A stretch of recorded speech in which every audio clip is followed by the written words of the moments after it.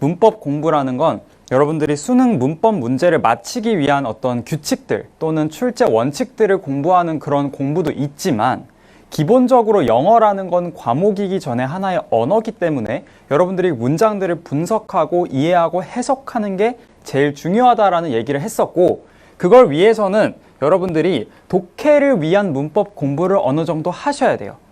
아직 여러분들이 문법 문제를 맞히기 위한 그런 규칙들을 공부하기에는 기본적으로 문장이 어떻게 이루어져 있고 영어 문장에서 내가 알아야 될, 해석을 위해서 알아야 될 규칙들이 뭐가 있는지를 모르기 때문에 이런 출제 원칙들을 먼저 공부하는 건 조금 이르다고 얘기를 했었죠. 그래서 우리는 지금부터 독해, 즉 여러분들이 문장을 이해하고 문장 안에 담긴 정보들을 온전하게 해석할 수 있도록, 즉 독해 문제를 맞출 수 있기 위해서는 어떤 문법 규칙들을 알고 있어야 되는가, 상당히 기본적이지만 여러분들이 수능 때까지 쭉 쓰게 될 그런 규칙들에 대해서 같이 볼 거고요. 오늘은 그 중에 첫 번째, 문장의 구성 요소, 가장 기본적이면서도 가장 중요하고 가장 어떻게 보면 베이스가 되는 그런 내용을 담고 있다고 봐주시면 될 것 같아요. 자, 그래서 일단 목차부터 간략하게 설명을 하면, 첫 번째로 문장의 기본 구성, 즉 영어 문장은 기본적으로 어떻게 구성이 되어 있는가, 되게 다양한 종류의 문장들이 많단 말이야. 근데 너네가 이 문장들을 어떻게 공통적으로 구성이 되어 있다고 얘기할 수 있을지, 그런 것들에 대해서 다룰 거고, 그 다음에는 절이라는 개념과 문장이라는 개념이 어떻게 다른지, 이 두 개를 구분하는 것도 되게 중요하거든요. 요거 구분하는 거. 그리고 마지막으로 접속사라는 개념까지 같이 보면서 문장이라는 개념에 대해서 여러분들의 어떤 사고를 확장시키는 그런 시간이 있을 거고요. 자, 그래서 이렇게 4가지 정도로 보는 게 이번 강의의 목표다라고 생각을 하시면 되고, 첫 번째부터 볼게요. 자, 일단 약간 기본적인 얘기. 문장이 3개가 있죠. My name is Thomas Cobb. 뭐 요 정도는 여러분들 해석이 가능할 거라고 생각해. 내 이름은 토마스 컵입니다. 또 여기는 뭐지? Our hospital held a charity concert. 자, charity 뭔지 모르실 수 있으니 뭐 자선 이런 의미입니다. 우리의 병원은 뭐 했대? 자선 콘서트를 열었다. 뭐 이런 의미가 되겠죠. 자, 그 다음 여기 Everyone will come to the party. 모두가 파티에 올 것이다.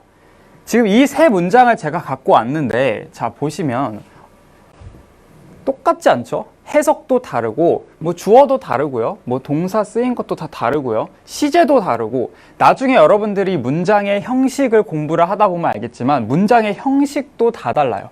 얘는 2형식이고요. 얘는 3형식이고, 얘는 1형식인데요. 지금 그걸 몰라도 상관없어.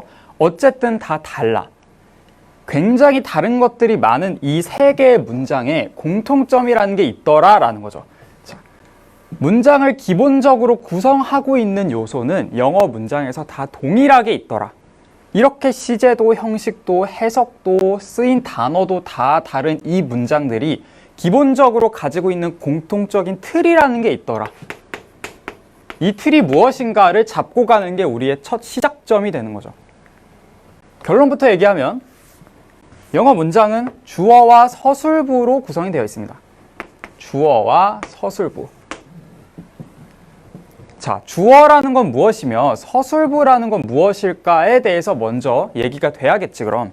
자, 우리 주어라는 건 뭐라고 하냐면, 이건 사실 여러분들 다 알 거라고 생각은 해요. 주체지. 우리가 문장을 보면 기본적으로 문장에는 동사라는 게 포함이 되어 있어. 그걸 우리가 서술부라고 얘기를 할 건데, 동사가 포함되어 있는데, 동사라는 건 어떤 동작, 행위 또는 상태를 나타내죠. 동작이나 행위 혹은 상태를 나타내는 게 바로 이 동사의 역할인데, 이 주어라는 건 그러면 주체라고 얘기를 했잖아. 이 문장 안에 들어있는 동작이나 행위 또는 상태의 주체가 되겠죠. 이렇게 영어 문장이라는 건 주어와 서술부로 크게 구성이 되어 있다. 그래서 우리가 아까 봤던 요 3가지 문장들 있죠. 시제도 다르고 형식도 다르고 사용된 단어도 해석도 전부 다 달랐던 이 3가지 문장도 공통점이 굳이 있다면 주어와 서술부로 구성이 되어 있다라는 그 큰 틀이 같다라는 거야. 이걸 여러분들이 시작하면서 일단 구분을 하셔야 된다는 거죠. 자, 그럼 한번 나눠볼까요? 어떻게 될까? 나의 이름은 토마스 컵이다. 이렇게 끊어주면 되겠죠. 자, 주어라는 건 기본적으로 우리 명사일 거고요. 서술부는 기본적으로 동사이기 때문에 여러분들이 동사를 기점으로 끊어주시면 돼요. 자, 여기가 주어겠지? 여기가 서술부겠죠? 그 중에서도 동사는 요 녀석입니다. 동사를 기점으로 끊어주면 된다. 내 이름은 토마스 컵이다. 이렇게 주어와 서술부로 나뉘어 있고 이 문장도 똑같아. 자, 보면 Our hospital, 우리의 병원은 held, 얘가 동사죠. 여기까지가 주어고 여기가 동사가 나와주면서 여기가 서술부가 되겠네. 우리의 병원이 뭐 했어? 자선 콘서트를 열었다. 이렇게 주어, 서술부 똑같이 나뉘는 거 확인 가능하고 마지막 everyone, 모두가 will come, 여기가 동사죠. 지금 올 것이다. 어디에? 파티에. 주어와 서술부. 일단 형식도 시제도 다 다른 이 영어 문장들의 공통점은 주어와 서술부로 구성이 되어 있다. 이 큰 틀을 일단 알고 시작하는 것과 모르고 시작하는 건 굉장히 큰 차이가 있어요, 얘들아. 일단 기본적으로 모든 영어 문장들은 이렇게 구성이 되어 있다는 거. 그 중에서도 우리는 이 동사라는 걸 기점으로 주어와 서술부를 나눈다 라고 이해를 해주면 조금 더 쉽겠죠. 자, 그러면 일단 알겠어. 영어 문장이 주어와 서술부로 구성이 되어 있다까지는 이제 알겠죠. 그러면 다음으로 넘어와서 절, 문장, 접속사 요거에 대해서 한번 볼 건데 제가 아까 뭐라 했냐면 문장의 기본 구성이 주어와 서술부다라고 얘기를 했는데 이건 여러분들이 아직 절과 문장의 개념이 잡혀있지 않아서 문장이라고 약간 퉁친 거예요. 엄밀히 얘기하면 주어와 서술부로 구성이 되어 있는 요 하나의 단위를 우리는 절이라고 합니다. 즉 여러분들이 지금까지 가지고 있던 그 문장이라는 걸 잊고 그걸 절로 바꿔서 이해를 하셔야 됐죠. 주어와 서술부로 구성이 되어 있는 하나의 단위는 절입니다. 이 주어를 우리가 뭐 S라고 표시를 하고 서술부를 V, 그 중에서도 동사를 V라고 표시를 해서 S 플러스 V다라고 우리가 앞으로 문법 얘기를 할 때마다 이제 쉽게 이렇게 표시를 하고 넘어갈 건데 이렇게 주어와 동사를 가지고 있는 하나의 단위를 문장이 아니라 절이라고 하더라. 그러면 아까 내가 이거 문장이라고 퉁쳤잖아. 왜 그랬냐면 여러분들이 아직 절과 문장의 개념을 헷갈리기 때문이다 라고 얘기를 했었는데 그럼 이 문장이라는 개념은 뭘까? 문장도 분명히 주어와 서술부로 이루어져 있긴 하거든요. 그럼 이 문장이랑 절의 개념이 어떻게 다를까? 여러분들이 이걸 잘 잡고 가야 돼. 이게 약간 헷갈리기 시작하면 나중에 문법 문제를 풀 때도 그리고 긴 문장을 독해할 때도 정말 헷갈려요. 문장과 절을 잠깐만 구분을 하고 넘어가 볼게요.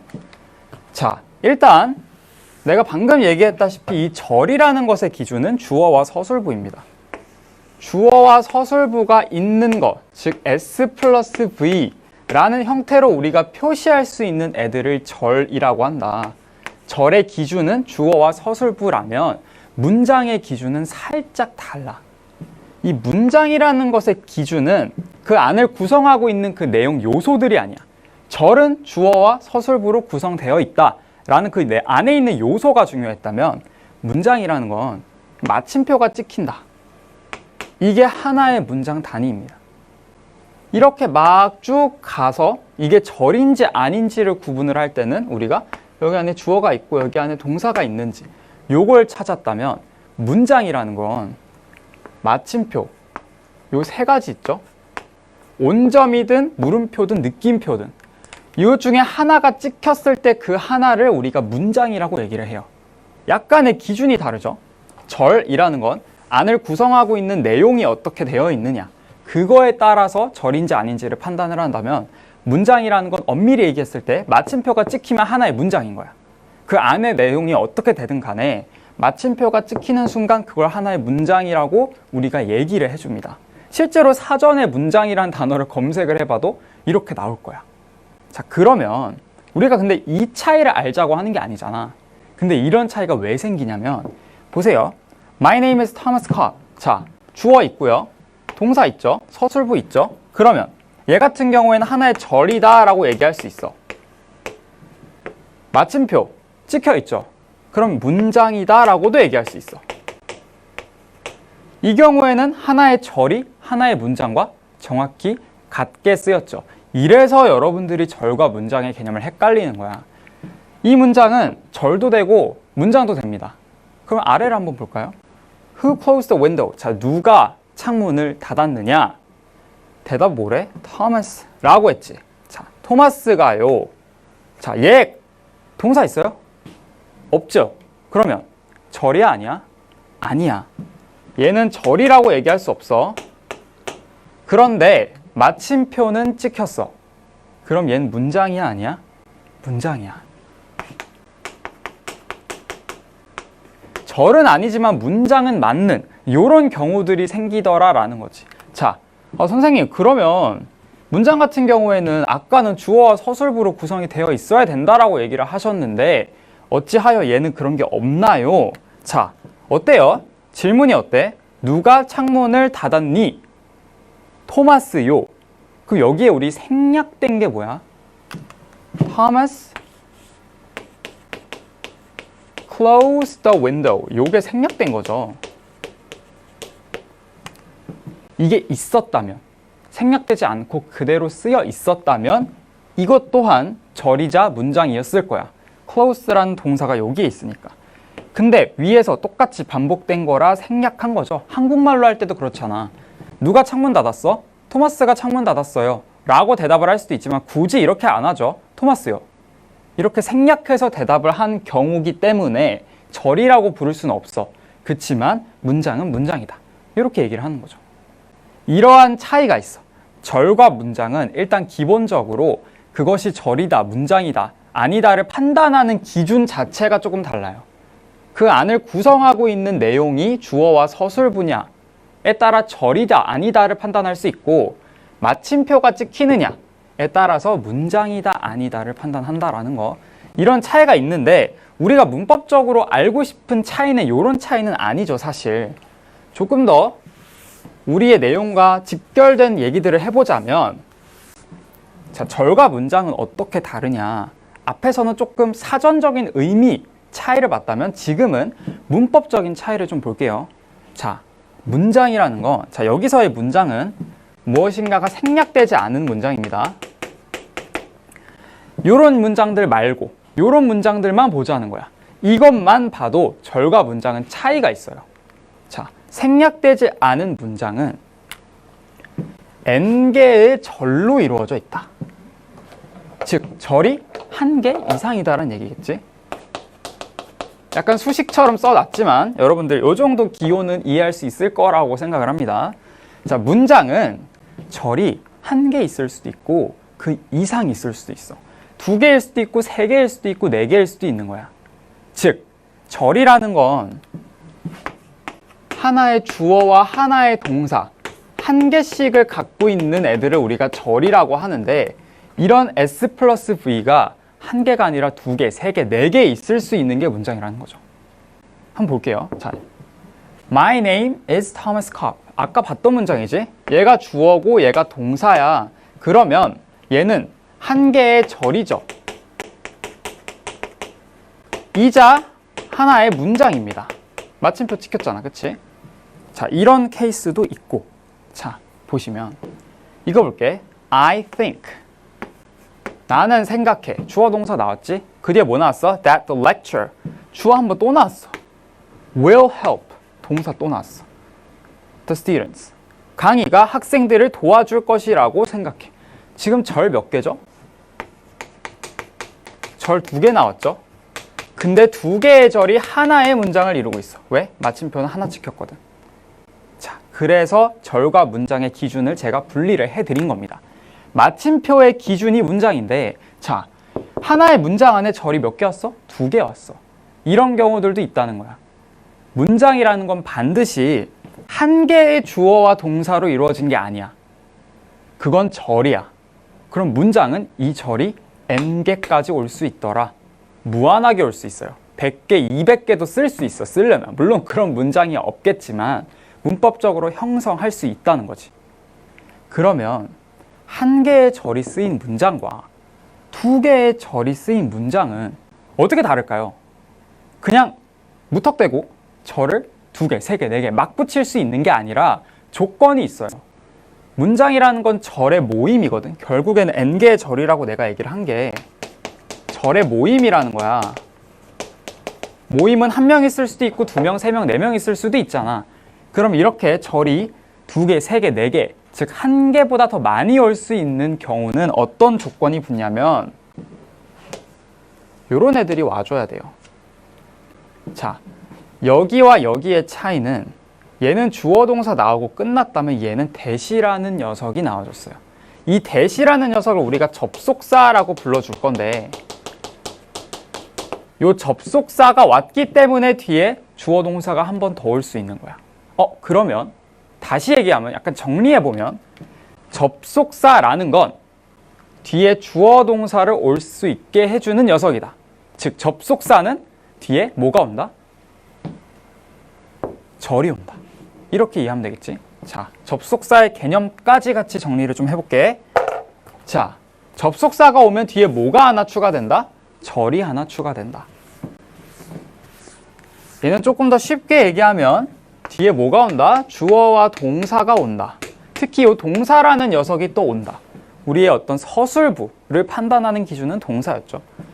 뒤에 주어 동사가 하나 더 오는 경우 그거를 접속사라고 얘기를 해줍니다. 자, 그러면 볼게. 자, 이런 문장. 아까 봤던 문장이지? I think, 주어, 동사. 나는 생각해. 뭐라고 생각해? 얘가 접속사인 거야. The lecture, 강의가 학생들을 도와줄 거라고. 자, 절 몇 개야? 절 2개지. 근데 문장은 몇 문장? 문장은 1개예요. 하나의 문장에 절이 2개 온 케이스. 이렇게 이해를 하시면 되겠죠. 자, 그 다음 거. Before he came to Korea. Before.